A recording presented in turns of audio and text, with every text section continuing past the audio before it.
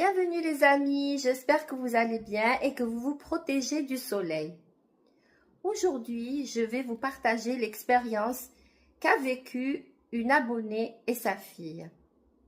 Cette histoire, elle est insolite. Insolite pourquoi? Parce qu'elle parle de tauromachie, de toréador, de corrida. Écoutez plutôt. Les amis, je vais vous lire l'histoire que m'a partagée cette personne. Alors, voilà ce qu'elle dit. Elle le dit que elle souhaite partager une expérience personnelle qui a profondément marqué sa vie et celle de ses enfants.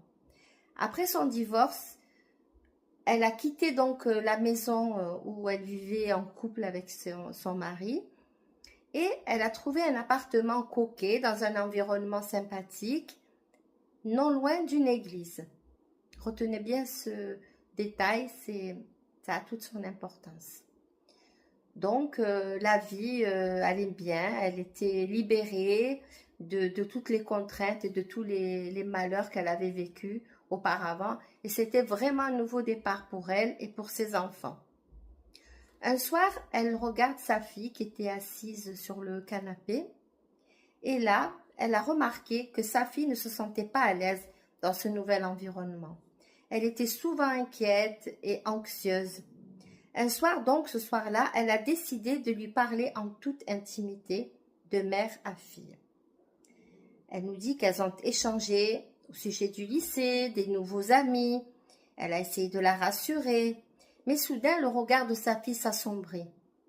Alors, elle lui dit « Qu'est-ce qui se passe, mon enfant ?» Et là, la jeune fille lui confie une immense frayeur. Elle lui dit qu'elle voyait un taureau et un toréador comme tout droit sortis d'une corrida. Cette révélation l'a profondément troublée à la mère. Aussi, elle lui a demandé si ces visions étaient réelles ou si c'était dans sa tête, dans son esprit.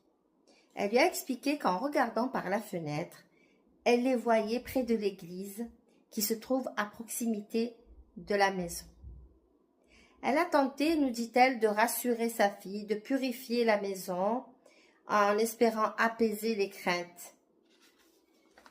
Toutefois, elle nous dit, ça c'est intéressant, elle nous dit qu'elle a entrepris des recherches sur la tauromachie à Marseille, dans le 3e arrondissement. Et elle a découvert qu'il y a eu des spectacles de tauromachie jusqu'en